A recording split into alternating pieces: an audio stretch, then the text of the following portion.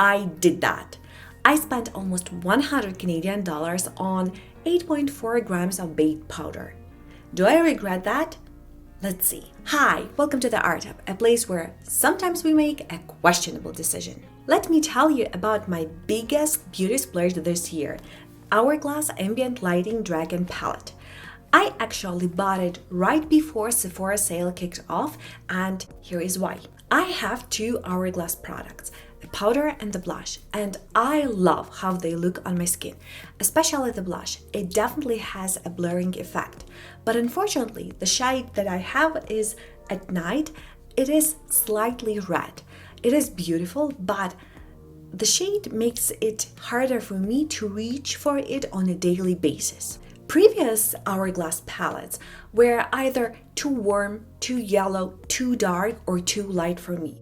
Last year, I did have my eyes on Jellyfish palette, but it was sold within several minutes, I think, when Sephora sale started. So as an insider, I didn't even have the slightest chance to snag it out. So it was very disappointing and distressing.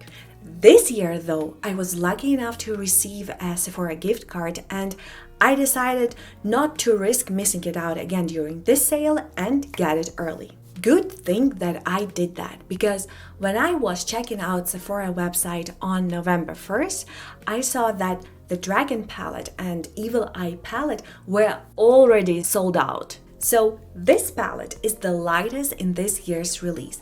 It features two finishing powders, Dream Light, which is already existing shade, and Divine Light, which is a new shade, two blushes, Mauve Haze and Peach Fusion, one bronzer, which is a soft bronze, and one highlighter, Sunlit Strobe Light. Both of them are the new shades. Before we get a deep dive into each product, I want you to know the context we are working with and the face we are going to test all the products on.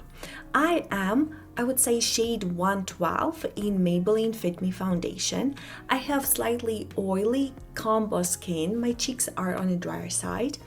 I do have enlarged pores on my nose and in the middle of my face, and I have a little bit of texture.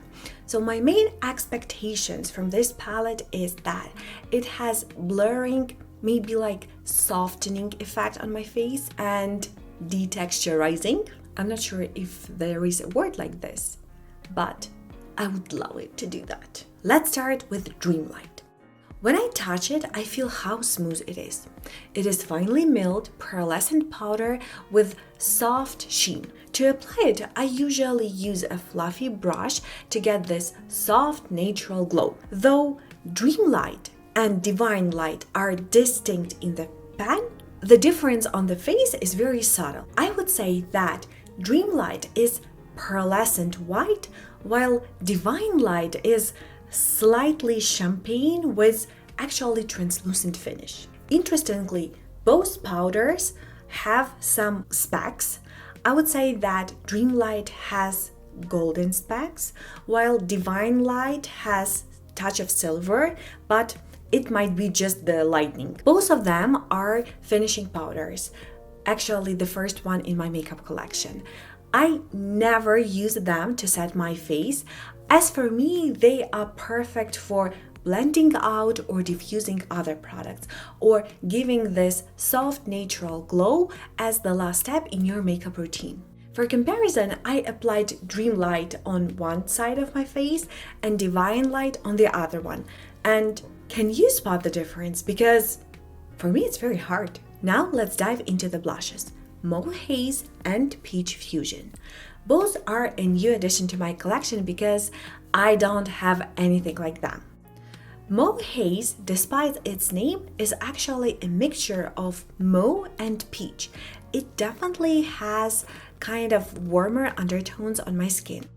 The texture is very nice. It applies smoothly with a brush and it's very diffusing. Peach Fusion, on the other hand, requires a lot of work.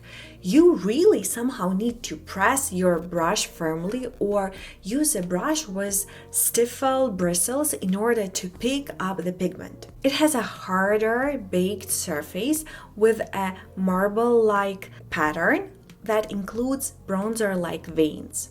It looks stunning, and actually, because of that, the color is slightly darker than you would expect a peach to be. It is sheer, it applies like a veil, and it is something like a soft wash of color. And that, my friends, was my first impression of Peach Fusion. But when I managed to break through that baked surface, turns out it has the same texture as Mauve Haze, which made me very excited because for a very long time I thought that peach blushes do not look nice on me. But when I started experimenting with DIYing blushes, especially mixing real girl with foundation or highlighter, I understood that they actually suit me. And that specific shade was one of the deal breakers why I picked that specific palette. Moving on to bronzers. Hourglass bronzers are notorious for being too warm, but this one, as for me, is an exception. I believe that it has neutral undertone with maybe just a little bit of warmth, but whenever I use a fluffy brush, this undertone softens beautifully. Even when my summer tan is fading off, whenever I use a fluffy brush, this bronzer gives me a very nice, soft, flattering finish. Let's talk about the highlighters because this one leans glittery. Not the smooth, not the subtle type, but more intense, noticeable, maybe even closer to eyeshadows. While initially it seemed too bold for me, I learned that while experimenting with different brushes, I can achieve different effects. Using a dense brush to pack it on gives a softer glow, while a fluffy brush enhances the glitter. If you're not into glittery highlighters, try adjusting your application techniques.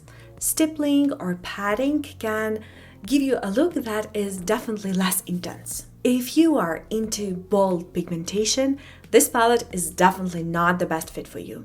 It is designed for a subtle, everyday look rather than bronzer or blush blindness. However, this light, veil-like finish is exactly what makes it so desirable and wearable. It enhances your feature without overpowering or over-exaggerating them, especially in daylight. Now, was it worth the price?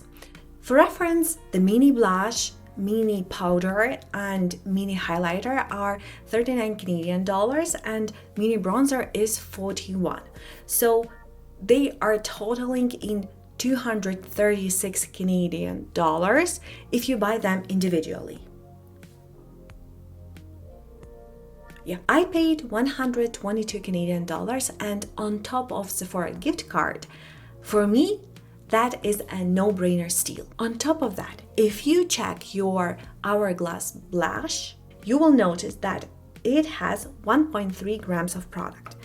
If you look into the palette, it says that they put 1.4 grams of the product. So it means that you pay less for more product, which is definitely yes for me. On top of that, I get 2 finishing powders, which I don't have in my collection. I also get 2 new blushes, which I don't have also in my collection. So that's a definite yes. I've been wearing this palette for several days and I've been experimenting with different foundations, primers to see how they work together. So if you want to know more updates, stay tuned because I will put down all the combination and the wear time in the pinned comment below. One more turning point for me to get this palette was the fact that it has a kind of formula that layers.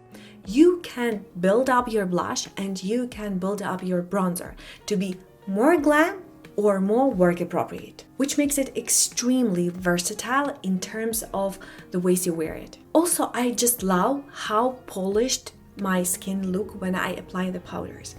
Even with my slightly oily skin, I don't always like a full matte look.